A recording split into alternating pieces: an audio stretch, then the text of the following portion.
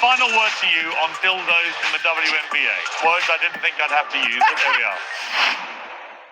For many years now, we've been told that theatrical roles should only be awarded to actors of the corresponding gender, race, or ethnicity. The strict moral code applied only to the oppressed minorities, which is why there are phrases like yellow face, Jew face, and trans face for describing roles usurped by boring Caucasians. But what about the role of Jesus Christ, a celibate Jewish man with Middle Eastern skin tone? That's been awarded to Cynthia Erivo, a bisexual British black lady who's playing the Messiah in a new production of Jesus Christ Superstar at the Hollywood Bowl. Well, welcome once again, everyone. You are watching another episode of Chips and Chats. Did you ever do your national service? At the Hollywood Bowl. Well, the reviews have been mixed, and gushing right up in the LA Times spoke of a magnetic, heaven-sent performance that established God the Savior as a queer black woman, as many of us suspected might be the case all along.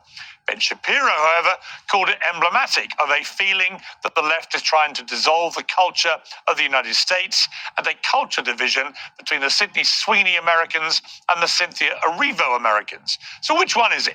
Well, here to debate all this and lots more from the world of pop culture, the host of The Crucible, Andrew Wilson, uncensored contributor Esther Krakow, the white dude for Harris and host of Endless Urgency, Mike Nellis, and our very own Cynthia. Ernest Owens, author of The Case for Cancel Culture. You'll be amused to know, Ernest, I think. Welcome back to Uncensored. Always great to have you. But on the panel notes I was given by my team, says Andrew Wilson, right, Esther Krakow, leaning right, Mike Nellis, left, Ernest Owens, off the charts woke. Wow. Okay. That just made me laugh. I shouldn't probably have read that out, but it was very funny. Anyway, that's how you're all seen. That's how you're all seen, and it made me chuckle. Let's start with you, Andrew Wilson. So, from a musical perspective, I've read a lot of reviews this morning about this. Full disclosure, I'm good friends with Andrew Lloyd Webber. I think he's a complete genius. Jesus Christ Superstar, when it came out in the 70s, was deliberately designed to be very provocative, as we know, but it's never been as provocative as this performance. What is your response to it? I mean, from a musical perspective, it's been heralded as a great triumph, but obviously many feel it's crossed a line. What do you think? Oh, it's been heralded as a great triumph, has it? When are they going to do Muhammad on ice? So what they do is they're banking on the fact that there is Christian pacifism and that we won't give the sorts of violent pushback that they would get if they were mocking other religions. So they kind of bank on that. What this is homosexual infiltration, once again, of the church. This is what they do. This is all they do. This is a GLAAD award, Nosferatu-looking chick. And here's what they did.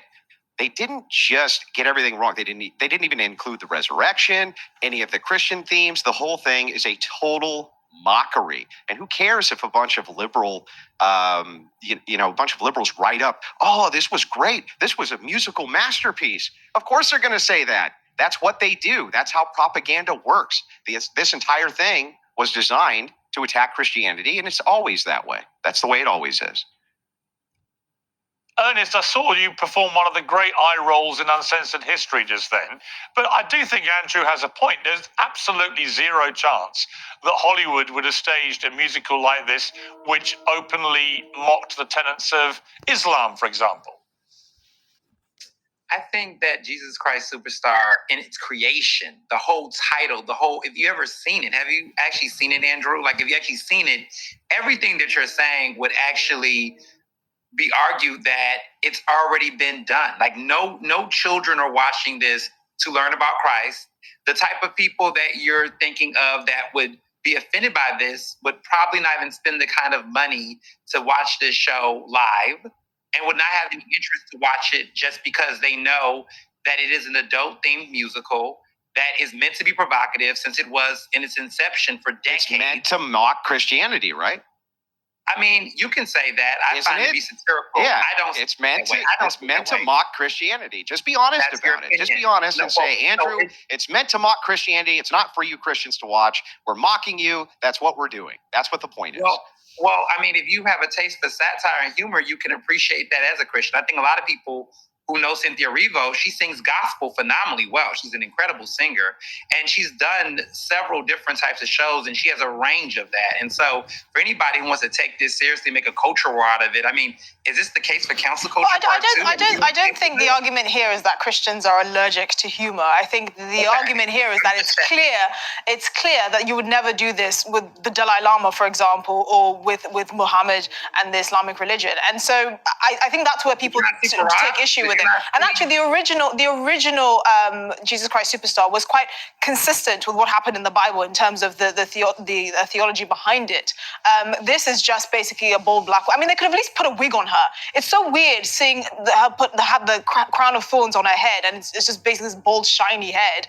They're clearly taking the mickey out of what actually happened. And on the point about the homosexual infiltration, I'm sorry, I think the Catholic priests beat this play there a few decades ago on that front. Oh, did they? Yeah, Did they beat it like the public schools? Like the public schools beat it, who have 10 or hundreds of times the rate of sexual molestation of children. So when you talk about predators, for instance, guess what? Predators go where the children are. This is no exception for secular institutions like public schools. So I don't know why you people use this as a talking point. It's a terrible